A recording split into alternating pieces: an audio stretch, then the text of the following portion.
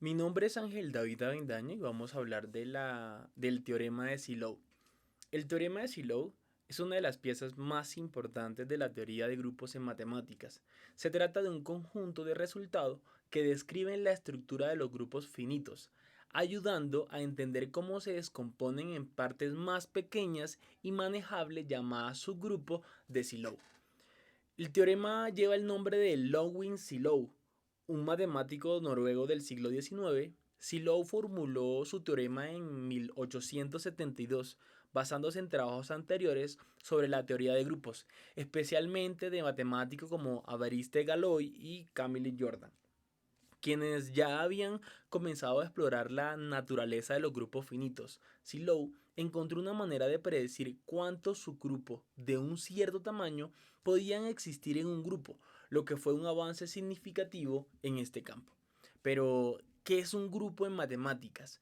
Un grupo es una colección de elementos con una operación que combina dos de esos elementos para dar otro elemento dentro del mismo grupo y que sigue algunas reglas como asociatividad y la existencia de un elemento neutro. Un ejemplo, los números enteros con la suma forman un grupo, porque al sumar dos números enteros siempre obtenemos otro número entero y la operación cumple ciertas reglas. Sumar cero no cambia el número y el orden no importa. ¿Qué es un subgrupo? Un subgrupo simplemente es un grupo más pequeño dentro de un grupo más grande que sigue la misma regla. Por ejemplo, los números pares son un subgrupo de los números enteros bajo la suma. Ahora bien, ¿qué es el teorema de Solow? El teorema de Solow te ayuda a entender los subgrupos de un grupo finito para un grupo con un número de elementos llamado el orden del grupo. El teorema dice que se puede encontrar subgrupos de tamaños específicos llamados subgrupos de Solow. Estos subgrupos tienen propiedades especiales que te permiten descomponer el grupo original en partes más pequeñas.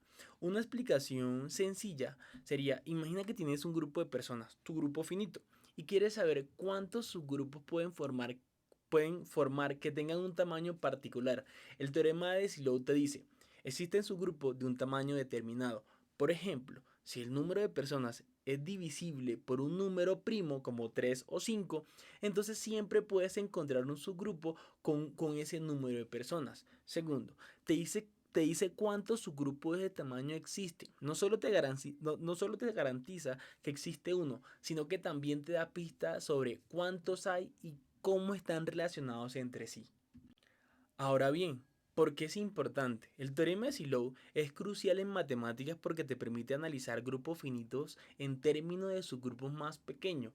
Esto es muy útil en muchos campos, como en las criptografías o en la física teórica, donde los grupos finitos juegan un papel importante. Solow hizo este avance en una época donde la teoría de los grupos estaban comenzando a desarrollarse y su trabajo ayudó a sentar bases para muchos descubrimientos posteriores a la matemática.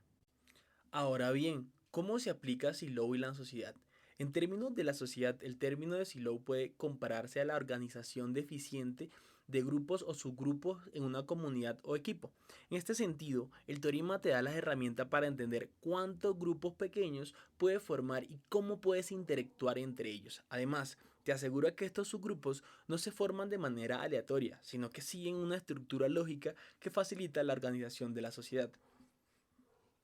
Solow te ayuda a organizar un grupo grande en subgrupos más pequeños de manera eficiente.